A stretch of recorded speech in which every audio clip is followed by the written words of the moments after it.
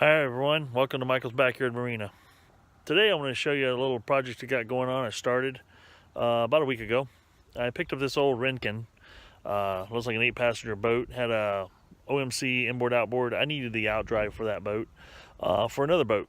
But I've recently pulled the motor, and now I'm going to see if I can get that motor running. I'll show you the boat and the project at hand right now. Okay, here's the boat. Here's the old Renken. It's an 18-footer. I've recently pulled the trailer out from under this one and put it underneath my Starcraft. My 18-foot Starcraft. Redid that trailer. You can see that video on what I did there. Here's where the old motor used to be. You can tell this boat had been sitting for a while, been neglected. It's sad. People don't keep boats under covers, then they rot out. You can see down here on the transom where the wood has actually started to rot out back there. So it was on its way out. So I've taken all the throttle controls and I took the dash panel off of it. And we'll go look and see what I've done with that so far. Alright, as you can see here, I've built myself a little stand to put this motor on. It's made out of some 2x and 4x. And you can see this little 2.5 liter. You can see I've taken the outdrive off of it. That's going on another boat I've got. And got the wiring harness off that boat. They look like kind of a tangled mess when you pull them out from underneath there. I've pulled the spark plugs out of this thing so far. And I put some Marble Mystery Oil down the cylinders, just a little top end lube. Who knows how long this thing's been sitting. And I got my wiring harness hooked up somewhat, and I got it clamped up to a battery. And let's see what happens when I turn the key on. So right now, I turn the key on.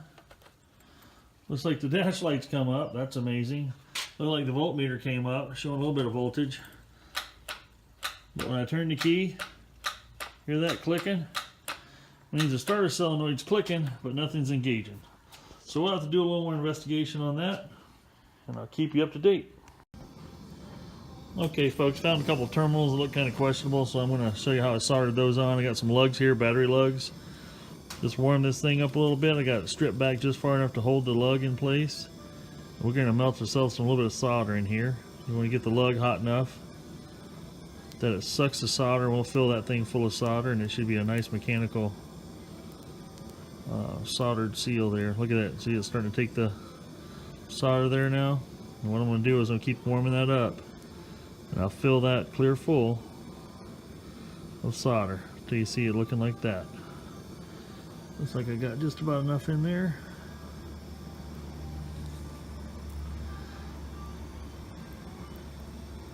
There we go.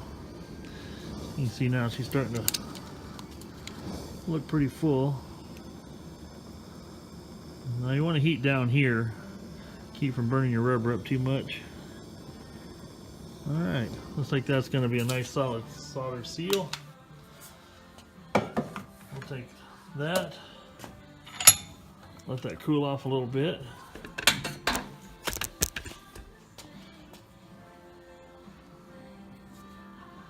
Get that a nice soldered connection there. Then when I've got some heat shrink tubing already on here that I'll slide up, let that heat kind of do its thing right there. And I'll take my torch here and just kind of warm up the rest of it, shrink it down. There we go. We got a nice clean new connection there. That's how we fix the connections. Got a few more of those to do yet. Okay everyone, I've cleaned up a bunch of connections on this motor, and I've cleaned up the points. It was very dirty, very gummy. The advance weights were all stuck. I got those all cleaned up. I'm going to shoot a little bit of this starting fluid down the gullet of this thing, and I'm going to hit found out the starter solenoid is actually bad. I can jump the starter and get it to turn the motor over. We're going to see if this thing will pop. Hold on. Cross your fingers. Let's see what glows or blows.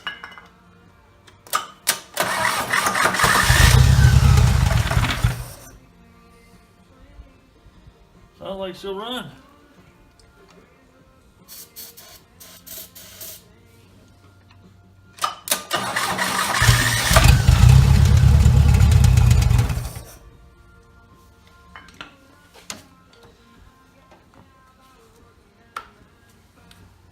Well, that's good news. Okay, now we're going to see if we can get it to run on the gas in the carburetor. If it runs on that for a little bit, then I will hook some water up to it and we'll run it for a while. See what happens. Cross your fingers.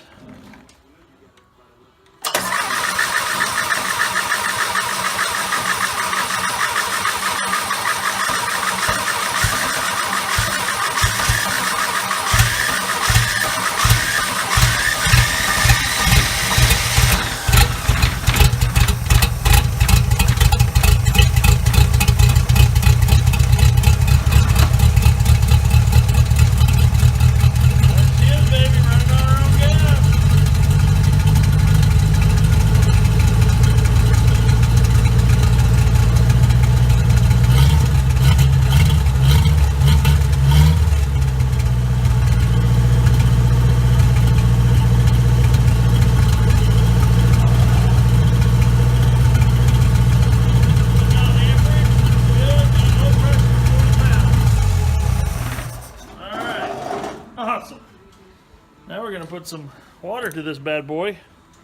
Get her up to temp, see what happens. Incredible.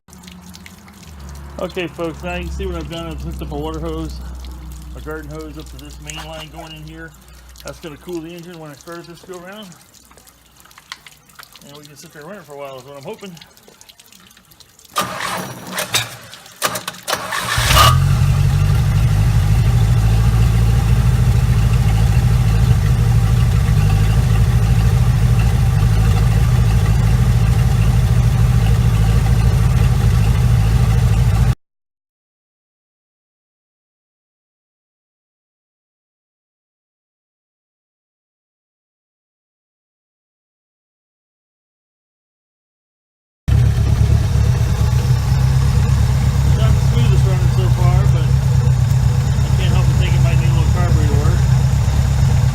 Temperature's starting to come up.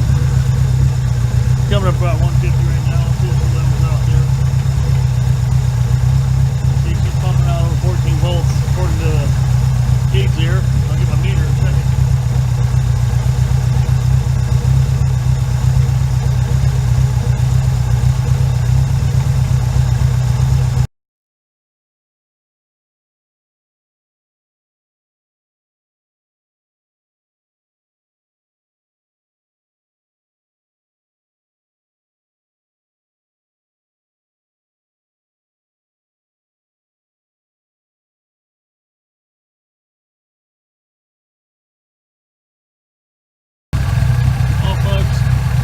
Did was hook the fuel pump back up. I use some of these old motors, and sometimes I don't trust the fuel pump, so I was using a gravity feed for the pump. And now I've got that hooked directly up to the fuel pump. Now that's all linked through here and hooked up. It certainly seems to like the fuel pump.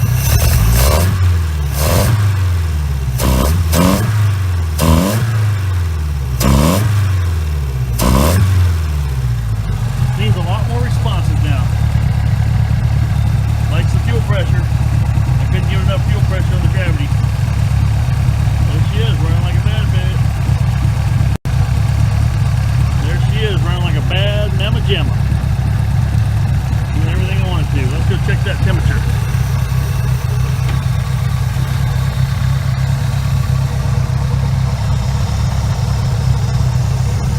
Temperature's still holding there at 160. Voltage about 15.